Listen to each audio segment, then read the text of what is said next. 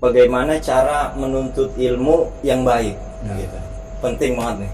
Ya, kenapa? Ini pertanyaannya sangat-sangat, Masya Allah, pertanyaan berlian sekali. Menuntut ilmu. Menuntut ilmu itu tidak ada kata-kata menuntut ilmu itu tidak baik. Segala sesuatu yang berkaitan dengan menuntut ilmu itu adalah sesuatu yang baik. Tapi ada pertanyaan, bagaimana cara menuntut ilmu yang baik? Kenapa? Karena kita itu manusia bisa mulia dengan sebabnya adanya dalam dirinya semua manusia itu pengetahuan atau disebut dengan ilmu. Maka caranya bagaimana? Ketika paling utama, ketika orang yang mau menuntut ilmu, paling utama adalah pertama kali apa?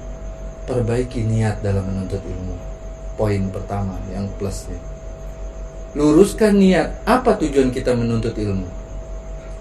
Apakah niat ilmu itu hanya sekedar kita agar tahu, atau hanya kita ingin bisa berdebat kepada orang lain, mendebat?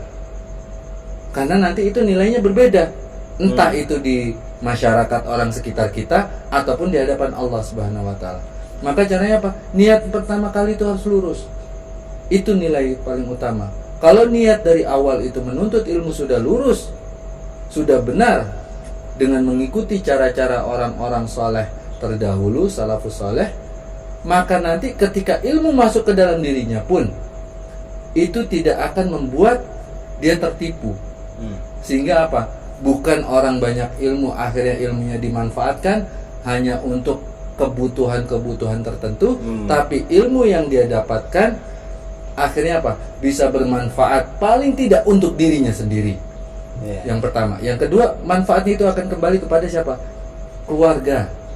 Nanti kepada orang sekitarnya, tetangga, masyarakat.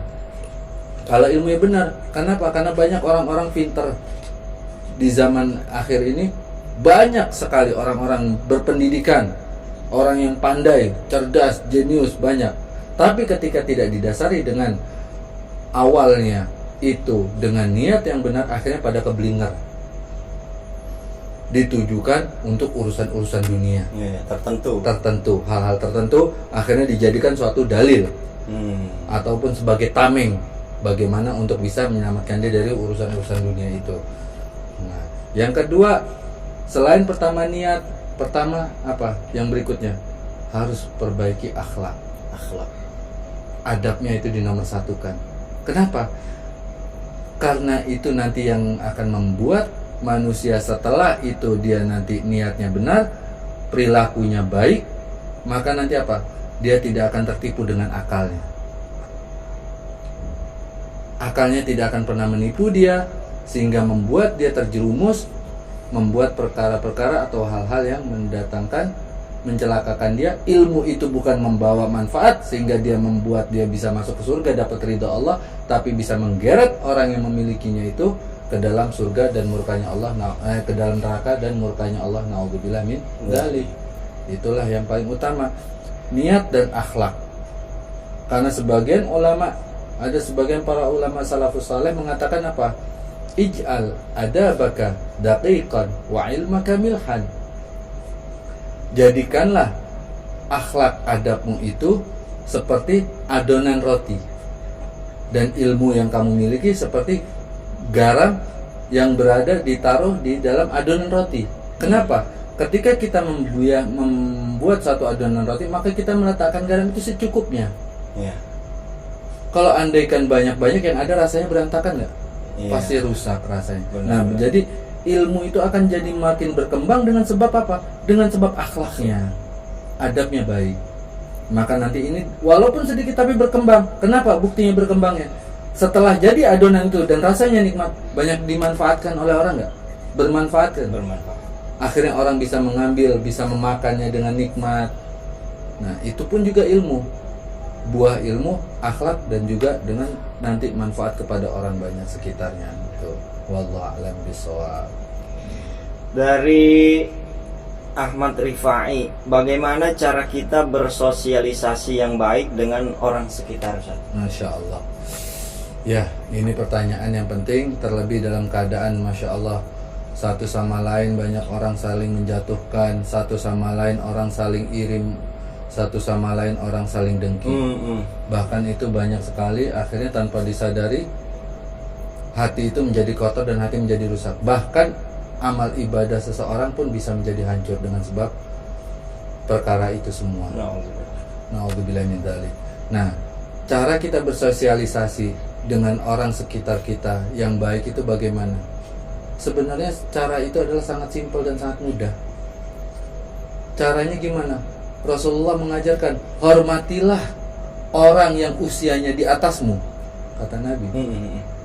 Muliakanlah orang yang usianya di atasmu, dan sayangilah orang yang usianya di bawahmu. Maksudnya orang yang sebaya dan yang di bawahnya sayangi. Maksudnya apa? Pandanglah semua orang di sekitarmu dengan penuh pandangan kasih sayang dan cinta. Nah, itulah tujuannya rahmatan lil alamin nya Rasulullah SAW. Jangan pernah kamu membenci. Apa keuntungan kita membenci seseorang? Tidak ada keuntungannya. Bahkan yang ada hati kita rusak.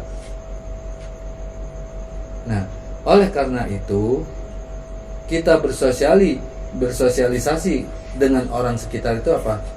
Pertama, dari cara pola pandang kita, dari pola cara pandang kita kepada orang sekitar. Jangan pernah memandang mereka dengan pandangan rendah. Jangan pernah memandang mereka dengan pandangan hina. Jangan pernah memandang mereka dengan pandangan sesuatu yang tidak pantas ataupun dengan pandangan yang bahkan bisa menyakiti. Tapi ketika kita itu kalau sudah memiliki cara pandang yang baik, penilaian orang dengan baik, maka akhirnya apa? Kita mudah dengan berbaur kepada mereka. Walaupun mereka pun berbeda aliran kepada kita, tetap kita rangkul, semua sama. Karena yang membedakan antara diri kita dengan orang sekitar kita adalah apa? Ketakwaan. Karena apa? Inna akramakum indallahi atqakum. Orang yang paling mulia di antara kalian adalah orang yang paling bertakwa kepada Allah. Mungkin kalau kita tidak bisa dengan cara seperti itu, ada cara berikutnya. Selain kita cara pandang, kita mau berbaur dengan mereka, dengan kita rangkul, kasih sayang, penuh dengan cinta. Ada yang paling penting, unsur ketiga, apa? Doakan.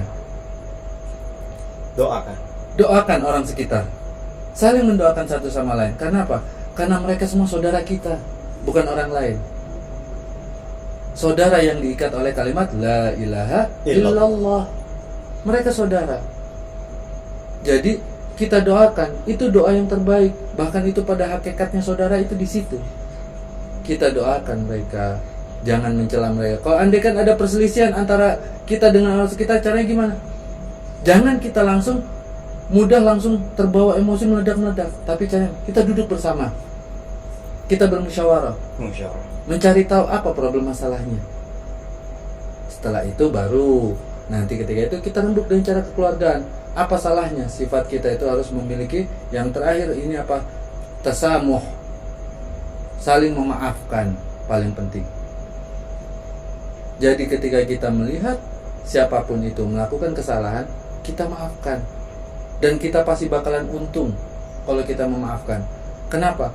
Karena kata Nabi SAW itu adalah salah satu ciri-ciri penduduk ahli surga yang masih berjalan di atas muka bumi. Masya Allah. Itu ada kisahnya. Nanti kalau kita cerita tentang masalah kisahnya itu panjang. Itu kata Nabi apa? Ciri-ciri.